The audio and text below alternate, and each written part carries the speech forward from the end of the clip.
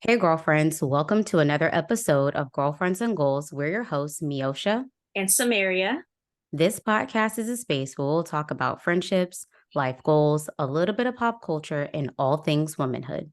On today's episode, we are discussing you asked for it culture. So it's this idea that if you dress a certain way and get disrespected or assaulted, you asked for it. So we definitely have a good episode in store today. If you're listening on Apple Podcasts, please leave a 5-star rating and write a review. And if you're watching this on YouTube, please subscribe to the channel and give this video a thumbs up.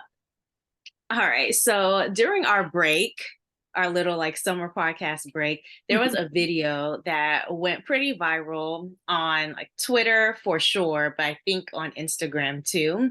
Mhm. And it was of this panel of rappers and social media personalities. And one of the people on the panel is like a lady rapper, I believe, Mhm. but she's definitely like a social media personality. And her brand is like sexuality. Mhm. And one of the men on the panel in front of all the people was like physically like, trying to kiss her, and you could tell like she was rejecting his advances, she wasn't welcoming them at all, but he did this in front of all the people. And then maybe a week or so later, I saw another video of a podcast she was on, and this time it was her, another lady, and then one man. And the Mhm. guy kept on like making these advances towards her verbally this time, so not physically. But when she kind of shied away from them, his reaction was, "Oh no, you always talking about this, so let's talk about it." And so it just kind of reminded me of the culture growing up as a Mhm. woman, where you hear, "Oh, well, what was she wearing?" Or, why was she in this space with this person? Or she was asking for it. And so I figured we would talk about it. So, did you see either of those videos or hear about them? And then what were your thoughts? Yeah, I did see both. And correct me if I'm wrong. In the first situation where they're on this panel, it's a bunch of guys, and the one guy in particular is pushing up on her physically. Didn't he actually kiss her? I don't remember because Okay. I felt like she kept blocking it, so I didn't really like see it. But that was I definitely what he was going in for. Yeah, I thought that he landed a kiss. Ooh, okay. And so yeah, the first thing I thought was ill because Right. her energy just was not giving that. And I was also thinking, why would you want to continue to push up on someone when they're not reciprocating? That doesn't seem like an enjoyable experience for either party. So I was Right. also thinking, like, was alcohol involved? Like, what was giving him the courage? And then also, there were other people very close by sitting next to Yes. Observing. and yes, and I was like, okay, is anyone gonna step up, say something, save her? She clearly feels uncomfortable. They all start laughing at a certain point in time, but it also reminded me of a situation I was in years ago Mhm. where this guy was coming on to my friend, just doing the most, trying to hold her hand, get all cuddly with her, and they had just met. And I Hmm. remember being like, oh, okay, like you can stop now, she's Yeah. not that interested. Like she's interested a little bit, but not to that point. Hmm. And it made me feel like, okay, if I'm ever in a situation like that, if you see me, curling in and not having the courage to say something because I may feel like, oh, this could go left or who's Hmm. going to have my back, I'd hope whoever's around would at least say something. Like, Yes. okay, she's not interested in that way. Can you cut it out? Yeah. Something, say something, do something. That's the thing that people try to always point to. Oh, why wasn't something said in those types of situations? Like, it is overwhelming. You don't know what to say. You almost like lose your entire voice, right? For Yeah, you're stuck. You're just like, is this like, is really this happening? happening? And a Yes. lot of times as women, we just maybe try to laugh it off, like, Yes. and you're like looking to your friends, like, get me out of here.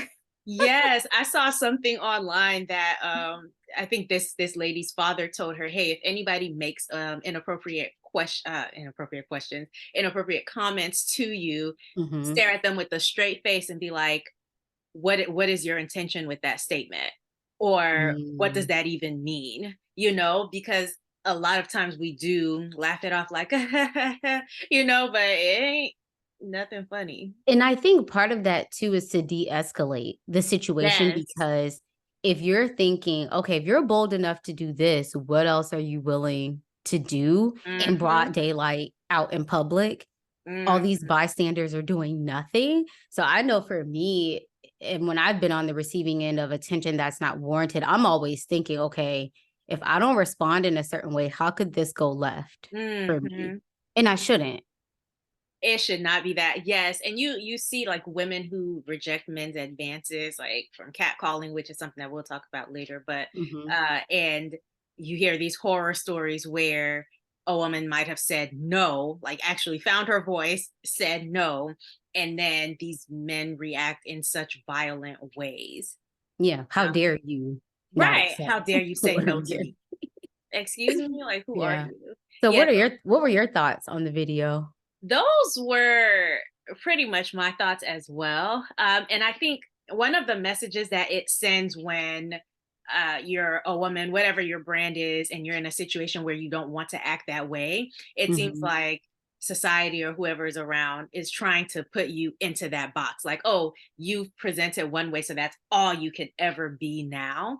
And I think that that's really unfair. So, like, if this young lady were to go to a brunch, she might not want to put on her social media persona at the brunch. She might just be wanting to Mhm. sit there and have a meal like the rest of us. And she should be allowed to do that because none of us is just one thing. Even if she presents that way on stage or on social media or on whatever platform, she still reserves the right to be like, hey, I don't want to do that today. You know, Yeah. you could be the friend who's like always on the dance floor, right? And maybe that's expected of you, but if one day you feel like, no, I'm gonna sit down in my chair and just relax, you Yeah. reserve every right to do that. So I don't like the assumption that just because you've acted one way in one scenario, now you have to be that way all the time. Yeah. Another message I feel like it sends is that when people do wrong, Mhm. clearly it's still your fault. You must have done something Yeah. to warrant this. It's Yep. this idea that people can't just have bad behavior on their own. They must have been provoked or Yes. pushed to do it, encouraged to do it. And I've seen it in other instances where people get out of pocket or out of character. It's like, oh, well, you must have done something. You must have Yeah. said something. It's like it's already your fault, even though you're the victim, just by Mhm. being there. Yeah. Also, like people feel like they don't have to treat you with respect because of whatever online persona, or in her case, whatever online persona. But it's like, I don't care how she acts, you still have to treat her like a human being. You know what I'm saying? Like, Yeah.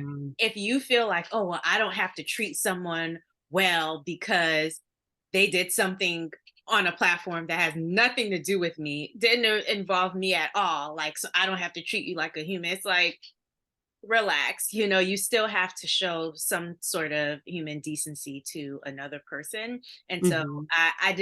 I didn't like the way that she was just objectified in that situation when she really was just sitting there chilling, doing nothing. I wonder if women in the other like adult entertainment spaces experience Mm, this same thing. mm. Like, I guess the more professional adult artists Yeah. versus the OnlyFans or social media ones. Like, I wonder if the women who are making the professional films, I don't know how you would call it, Yeah. are being treated the same way when they're just living their lives Ooh, that's a out good in public. question. I If I had to bet, I don't know. these people are ridiculous. Reckless. Yeah, yes. So there was a tweet in response to all of this that was going on around that time. And I wanted to read it and just get your response because I think it touches on a few different things. So Mhm. the tweet says, listen, it doesn't matter how raunchy or sexually explicit someone is, they can still say no and stop. Suki, that's the young lady's name, did not consent to his advances and was visibly uncomfortable. I hope someone intervened because all I see is sexual harassment. Agreed. I Yeah. I 100% Hmm. agree in Yeah. that we reserve the right of refusal at any point in time, no matter how you show up dressed outside. I will say, though, I think some of the messaging around, oh, well, you did this on X platform or you dress this way. Even Amber Rose has tried to address this with her slut walk that she has every year, where there's this idea of like, oh, well, if you show up a certain way or act a certain way, then you, I don't, maybe not deserve it, but girl, you should see it coming. Like, what do you expect? I think that comes sometimes from a place of maybe trying to protect women, given that we live in a flawed world. I don't know. Interesting. Yeah, I do want to talk about that a little bit because I've heard a lot of that type of rhetoric, I think, come from previous generations. And I think it's something that needs to be discussed, right? Like, I watch a lot of Lifetime, or I don't want to say Lifetime itself, but like Lifetime type movies. And so there is always a sense of not panic, but vigilance that I feel like I have to move around with just because of that. But there has to be a better way of communicating.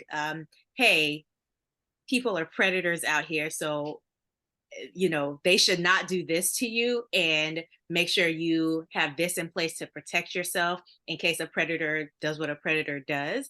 There has to be a way to communicate that versus, oh, well, you wore shorts, so you deserved it, or you wore this, so you asked for it. And it's like, I was talking to a friend not too long ago, and we're even talking about his provocative clothing. It's like, sometimes it's just summertime and it's hot, and you don't want to be like sweating in long pants and long shirts and whatever. So, and what's provocative to one person may not be to another. You don't know what will set a specific person off when you're moving about your life. and It that could be that sundress you wore could be what does it for a person. And now all of a sudden you can't wear your sundresses anymore. Speaking of sundresses, when I found out that that was something that like as men go crazy for, I'm like, a sundress? Because that's just typical What are we spring summer supposed to be clothing. out here in the I summer? mean, if I can't wear a sundress that a lot of times like goes from my shoulders to my ankles without people gawking or sexualizing, like what am I supposed to wear? But also that rhetoric is severely flawed, because even in societies where women are dressed modestly, are completely covered up, there's still sexual harassment, there's still sexual assault, there's still rape, so. And I think it absolves the predators of their behavior from the gate. And I think that inadvertently can encourage them to continue this type of behavior because they see the way society responds when something does happen, or just within your own family where it's like, okay, well, you must have been fast, or asking for it. And I just need people to stop calling young girls fast. Like, what even is that? And there are levels to it where what may be seen as fast for some, like, I don't know, growing up, like I see little girls now, they can wear their little nail polish and stuff. Back in my day, I couldn't wear red really nail polish or whatever, just because, it was like, oh, okay, well, that's something that older girls wear, grown whatever. women. Yeah, grown women.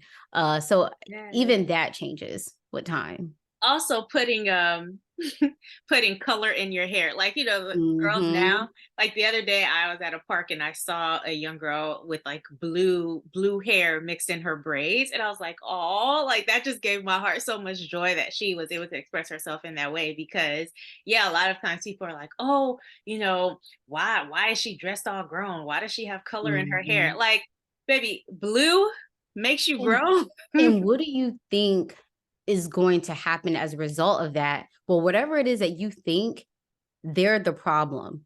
I can remember growing up, I was a teenager, probably just starting to drive, probably 15, 16, in my gym clothes, but like shorts to my knees, regular gym shirt. Yeah. stopping to get gas after school and still getting attention, people talking to me, not wanting to be bothered. Mhm. Um, and in fact, I feel like when I'm in my gym clothes looking a mess is when I get the most attention. It's like, I don't know. I don't even know that it matters, but I Yeah. understand it to a certain extent in that, okay, yeah, the world is a crazy place. So maybe you're trying to limit the chances Mhm. of something happening. But I don't even know that that works. So, Yeah, there has to be a way. There's like a fine line. And I think if there are discussions that are being had with young girls, it shouldn't be like, oh, well, it shouldn't be like policing them. It should be making them aware of the world that we live in. So, hey, there are certain men who are out here who specifically target mhm, people in this age range or whatever. And so just be mindful of how you might present yourself. I don't even know how what the verbiage is, but I think it should more so be centered on the people who are the problem as opposed to you policing. If anything, just like be mindful of, and if any older men are showing you certain attention, like make sure you mhm, comment on that, you tell someone who you know and respect and who has your back, you know? So mhm. yeah, I don't know what the conversation looks like, but it definitely needs to be changed. Do you have an idea about, I guess, ways we can combat the way the previous generations have conditioned society, or what that conversation could look like? You know, I think it takes confronting the older generation. I do. Shame, shame. Yeah, like when they make these comments about what was she wearing or why would you be in a room with this person? I think it takes those of us who now know better Mhm, saying, well, it doesn't matter what she was wearing because he would have done that anyway. And there are cases mm, where, people are all covered up and this still happens. So I think you're worried about the wrong thing. Like we need to confront anybody who uses that type of rhetoric. And you see it online all the time, but I think people don't take it seriously when it's done online because everybody's always arguing about everything, but definitely like in real life situations. So if I hear someone in my family or in my friend group saying something off the cuff, I might be like, well, let's sit with that for a second. Let's think about what you're saying there or what you're implying there. mhm. I think it really does take being bold enough with the people in your social circle um, to like just confront them. Confront them, and I'd add, tell them that they're contributing to the problem. Like you may not Yeah. be telling this person to do XYZ, but by absolving them Mhm. of full responsibility, Yes. you're not helping. Hmm. Who are So yeah? go Who's ahead. who's getting the talking to? Like, why are you spending so much time talking to this person who was a victim of that, as opposed to like, why are you now on your way to the police station to report this person? Like, what? If you want to see some action, if you have a whole lot to say, that's what you should be having a whole lot to say about, not Yeah. Where's your energy going? To exactly. the victim. So we talked about older generations, and I want to ask you, Mhm. have you ever heard where when situations like this happen, where um, people will say things like, oh, well, the man is acting this way because of how he was raised? Hmm. What are your thoughts on that? I, I don't think that that's always the case. I think sometimes a household might raise a person a certain way, and depending on the age or maturity of the person, they might be influenced by society. So Mm, I think about like there are a lot of men who support a certain vlogger who has since passed away, mhm, and they like really adopted his rhetoric and all of that. I'm pretty sure if they had a conversation with their parents wouldn't see things that way. So I mm-mm, think they get into society and want to impress their homeboys more, like that's who they feel like is the judge and jury, is like their friends. So I Hmm. think that is where that behavior comes in. So I don't think it's always, sometimes it is the home now. Don't don't get me wrong. Sometimes you might meet a family member or two and be like, oh, that's why you think the Hmm. way that you do. But I think it's probably more so the world that they live in and who they're influenced by. What do you think?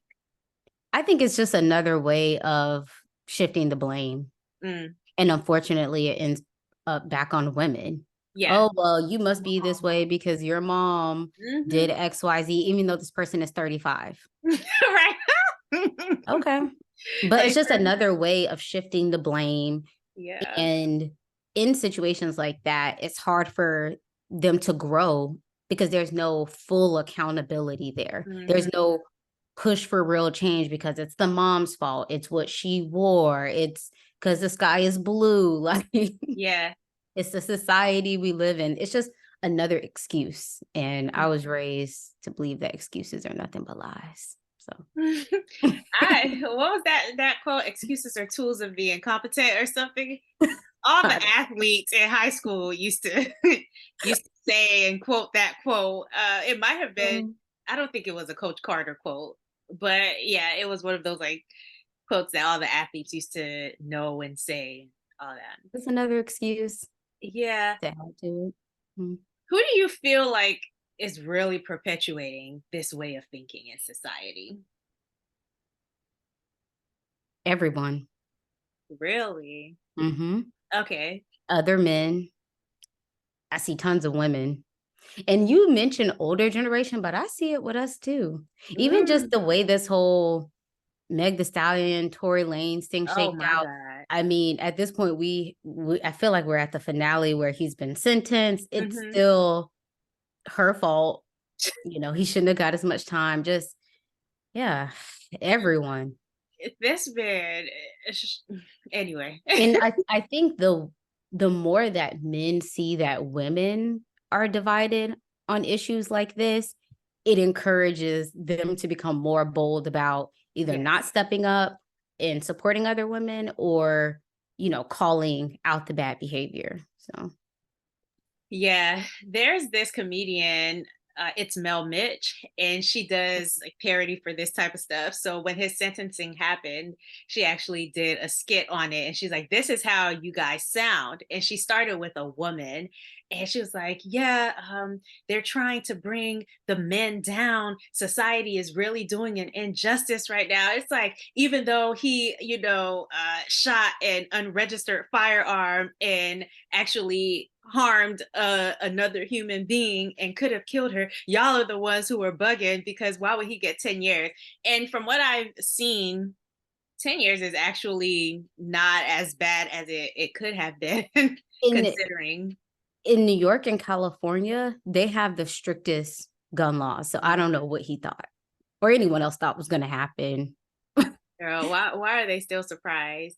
And Yeah. then the fact that, here's the thing, because he could have made this a lot better by, just either admitting guilt or apologizing. Like this wasn't something where, Meg even wanted to come out with it, Mm-mm. considering the climate at the time. And so he really created a platform on doing what he did instead of just owning up to his mistake and being accountable. And who was in the trenches with him? Women. I So know. that's why I say everyone perpetuates it. Old, Mm, young, women, men. We'll leave the kids out of it, but I'll leave the kids out of it. No, but you do have to be mindful of like just what these young people are consuming online, because you see so much of this rhetoric being spewed and you want to make sure like they have they're on the straight and narrow and not just out here eating, consuming everything that they see. So I think for me, I felt like for the most part it was men in general, and then I see a lot with older women. And so this is where mm-hmm. I think the conversation around trying to be protective versus being damaging comes in. And that's with older women. I think when they say stuff like, well, how could that not happen to her when she was dressed like that? With some of them, I don't think there's malice behind it, but that Mhm. statement in and of itself is a malicious statement to make, you know? So I just wish that in their case, they would rephrase how those sentiments are expressed. It could be just like, hey, I know that people pray when they see, people dressed a certain way. It should not be like this. So just Mhm. mindful of, if you're wearing this, that you're in a group of girls or you're not walking by yourself because, Mhm. again, predators. There has to be a way to communicate this. And I think older generations haven't. It's not that I think they haven't grasped the right way. I think they're not even looking to grasp it Mm-mm. differently. I think I they've don't just, think they see it as a problem. yes, I think they've just accepted the patriarchy. I hate to say that, but it is what it is. I think they just have accepted it and feel like, oh, we need to pass it down to Mhm. the next generation. I don't think they've taken the time to critically think through. And this isn't everybody, so I know I'm talking in generalizations, but obviously there are Mhm. some people who have done the work and who are doing their job with making society less harmful. But I think, yeah, I think older women just need to find better ways of the whole protective thing. Mm. Do you think that for some of them, even though they maybe they aren't as cognizant of it, but that is a way of kind of protecting the patriarchy a bit by keeping younger women in line? Yeah, it for some it could be a thing where, well, I had to go through this and experience this, so it's your turn. Yeah. Like you have we have more, I guess, liberties and freedoms, but Hmm. they may see it the way that men are reacting as a consequence Hmm. of that and not like, no, this has always been going on. Yeah, It's just now we have platforms to talk about it. I remember I was at a certain job and there were these women talking, and they had both had babies young. Mhm. And I remember them saying, at least we were ashamed, but we did ours. The people now ain't even ashamed. Like, man, you did the same thing.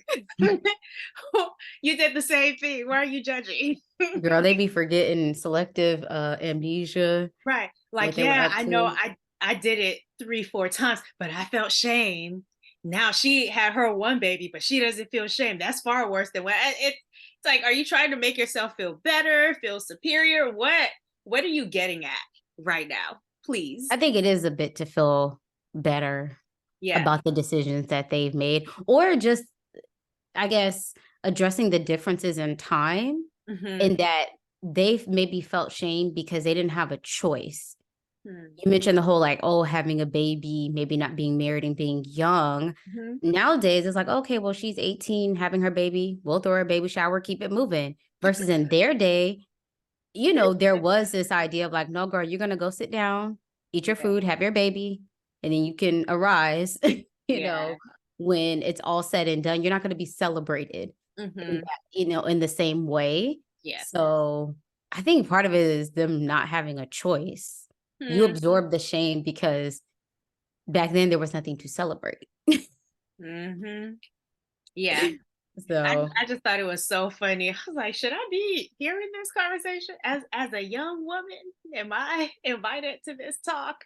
But I was so young. I mean, I didn't say anything. I just overheard it, and kept it pushing. It's not like I was going to make a difference in the what do thinking. they call that? Revisionist history. Right. Exactly. uh, So now that we're the adults, mhm. I do want to ask how you feel like we can make some type of difference.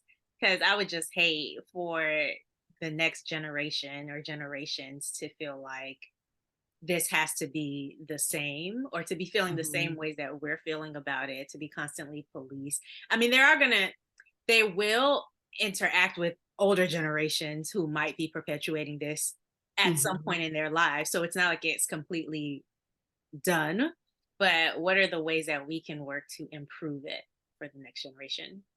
One way I could think of for me Mhm. is something that was instilled in me was just teaching them to focus on themselves and self-control.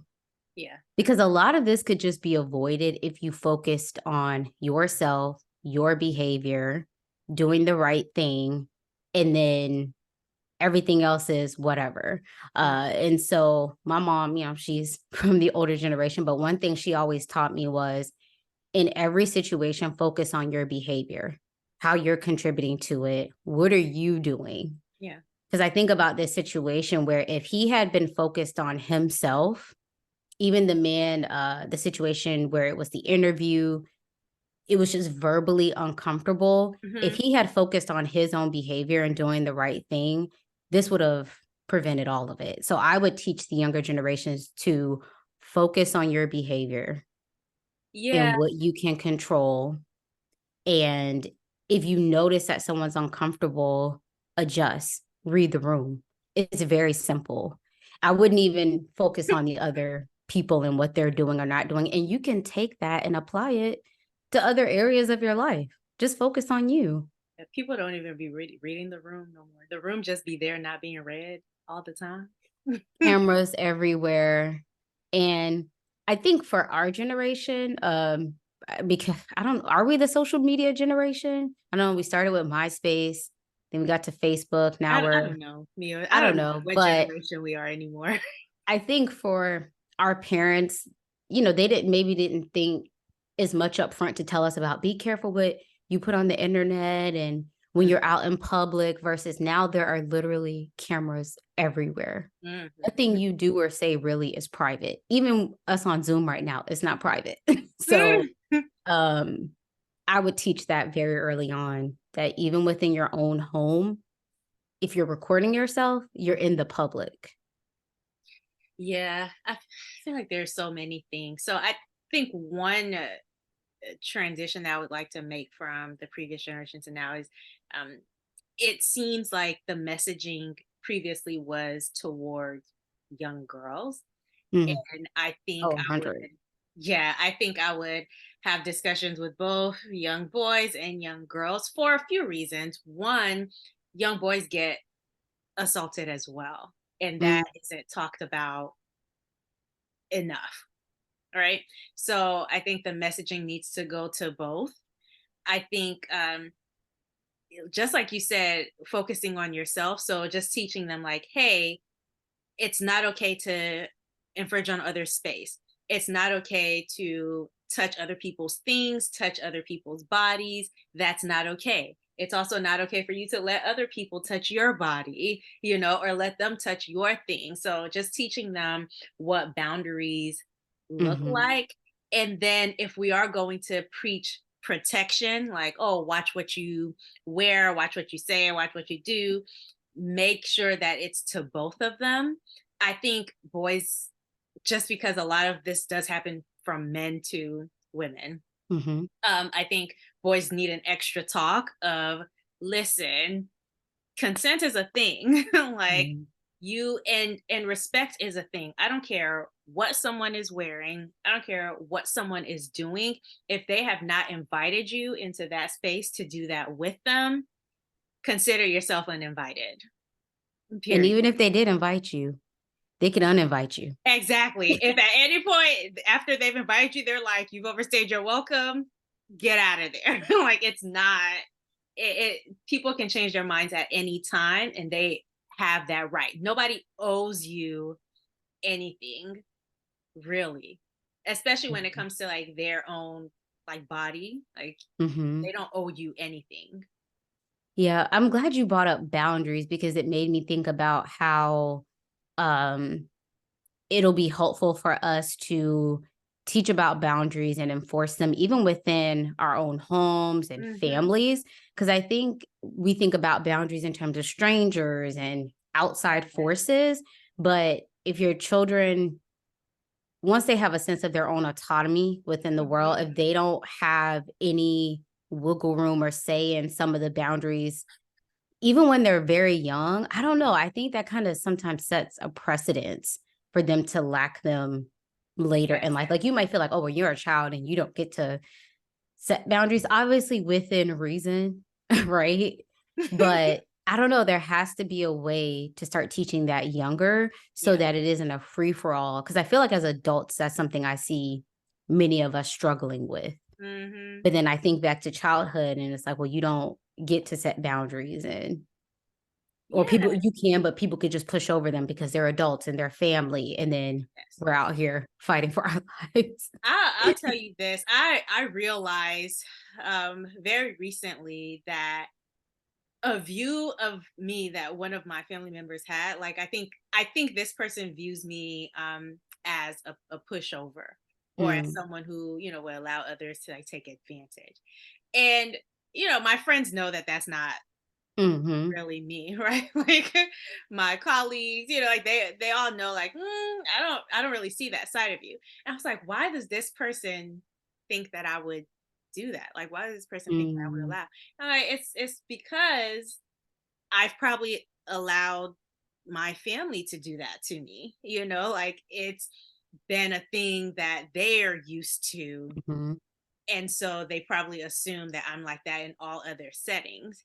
And it's like that's not really the case. I was talking to one of my nieces. I have several of them, love them hmm all. But the youngest one, and she was just like, no, no, like just like screaming no. And I was like, don't say no to adults like that. And as soon as I said it, I was like, well, actually, do say no to adults. Like, hold on, we have to break this down. I had to go back and correct the whole thing of like, hey, I'm your aunt. I'm telling you to do this specific thing because it's actually hmm going to prevent you from getting hurt. Like, I would rather break it down and have a whole conversation than hmm leave it hanging with don't tell adults no. But Because, imagine how many young people, little yes. people, that's all they heard. You don't Hmm. tell adults no. You can't push back. Yes. Yeah. And wonder why they grow up never pushing back. Yep. Like, anyway, did you want to briefly talk about that cat calling? Because hmm I've seen things where people are like, "Oh, well, it's a compliment. It's a compliment to be catcalled. They think you're cute. They're saying that you look nice." What are your thoughts on that? Okay. I think that there's levels to catcalling, Okay. none of which I'm ever interested in. I don't think I'll ever give my number out when someone has catcalled me Yeah. or it has ever led to anything. But I will say there are levels where you get catcall, you laugh because maybe what they said was funny, or like, oh, Shawty, you looking cute, or whatever. But then there's others where it's just too much, and you're like, uh-oh, I'm uncomfortable. Yeah. And so I don't ever think it's good, but I don't know if I'd put it all in one bucket. Like there have been times where I've just laughed it off and they kept it moving. And others where now you're calling me names because I wasn't Yeah. accepting you whistling at me. I feel like abolish it all. Abolish catcalling, because it's just Mhm. another instance where I guess we're supposed to believe that our bodies or our outward appearance is for men's consumption. You should just be Like, happy with what you're right. getting. You should be happy that they're looking at you. And it's like, I didn't sign up to be objectified. I didn't wear this cute outfit. Honestly, Miosha, 9 times out of 10, when I wear a cute outfit, it's for me. It's so that when I walk by a mirror, I can look at myself and be like, "Oh, we look cute today." And then the other 1 out of 10 time, it is maybe for my friends to see and be like, "Oh, girl, you look cute," or we could be cute Mhm. together. Like it's pretty much never for, ooh, the construction workers on the side of the street are gonna love this. Like it's never that. The man at the gas station, he's gonna lose his mind. Like it's never that ever. And So, even if you weren't, like I could remember us being in college downtown, oh Lord. the cat calling, relentless, just in our regular basic clothes, book bags, you know, Sir, I got 10 minutes to get from this building to the next. Get out looking my way. disheveled. Get out my way. It is cold out here. You see this wind blowing me away. If you don't move, I It was hate the it. worst. I hate it. But yeah, hopefully, like, these types of conversations, I know they're happening more, but I just wish we could all get on one page, which is too much to ask, of course, but Yeah. I wish we could all get on one page and just protect each other from violent acts, in public and in private. So Agreed. all right, so we are going to end this episode with our segment Girlfriend Check In, and that's where we ask each other a question and just check in. We either get the question from the internet or a conversation starter game. And today it came from a parade.com question Hmm. list. I think it's like deep questions that you want to ask someone you want to get to know better. I made that title way longer than it actually is, but it's something like that. And the question is, looking back on your life, what have you done that has given you the most satisfaction? This is a tough question because I don't know if either of my answers is the most. Yeah, it's I hard. would change it to a lot of satisfaction. And Okay. so one of them is locking my hair. Yeah, like Yeah. I've had my locks for, I feel like 13 years at this point Yeah. ish, a little over 13 years. And it's one of the best decisions I've ever could have made as far as something on me physically. I Hmm. remember when I first started my locks, I got a lot of pushback. So maybe that's also why I feel this sense of Wow. um, I don't know, maybe not accomplishment, but just Hmm. things have really worked out in my favor. Won't go into why they were telling me not to lock my hair, but I'm so glad I didn't listen. But yeah, it's been a good journey. And then the other thing is something where I feel like I also got mixed messaging on early was paying off my student loans. You know, you go to college and you do what you have to do to Yeah. pay for it and make it happen. And I feel like the millennial generation was kind of like the first big student loan generation of kids. Where And so I think a lot everybody expected us to get them, or like it was so get common. through college by Hmm. any means necessary. There was definitely an increase in the cost of education. Hmm. Um, I would say like in the 90s, early 2000s. And so, yeah, many of us just did what we needed to do. But I feel like early on, I heard a lot of like, oh, well, you'll just have your student loans for forever, or don't worry about paying them off, just pay the minimum payment. Hmm. And so that was kind of my thought process for a while until I realized, like, wow, this is really going to affect bigger life decisions that I'm able to do or not do. And Yeah. so just the weight that was lifted once I put that behind me, it Hmm. has felt amazing. So yeah, those are the two things I could think of. Maybe not the most satisfaction, but a lot of satisfaction. Yeah. I think this is gonna be such a Samaria answer, but one of the things that's given me a lot of satisfaction is just investing in my people, Mm, like creating this community around me. So, like, if you have one friend, you can't talk about everything with just one person, in my opinion. And so I mhm, think I've done a good job of creating a solid community mhm, where I rarely feel lonely. mm, Like I don't ever feel like I'm doing this life thing alone mhm, because there's someone who I can talk to for every situation. Someone who has my back 100%, who loves me and would give me advice that even if it doesn't work out for me or even if I don't take it, like I know their intentions were good. So I think that's probably the most satisfying thing that I've done in my life. yeah. And And I feel like you can always tell when people have invested in their community when mm, like either big things happen, good, bad, and different. You can kind of see like how has that person invested their time and energy. mhm. Yeah. Yeah, and I like education is great. All right, I have maybe too much education at this point, but at the end of the day, all you'll have is your people, your community. Hmm. So What else will you have to show for that time? yeah, because your Hmm. education can only like you can accomplish a lot with education. Obviously, I didn't just do it for the heck of it, but Hmm. I think people would be the most important investment. Like to do life with. I'd agree with that. Yeah. Yeah. All right. Well, thank you guys so much for tuning into this episode of the Girlfriends and Goals podcast. Make sure you follow us on Instagram at Girlfriends and Goals podcast to share your thoughts on this topic. Or if you're watching on YouTube, put it in the comments below. If you haven't subscribed already, please go ahead and do that now. And don't forget to rate, review, and share. Until next time, bye. Bye.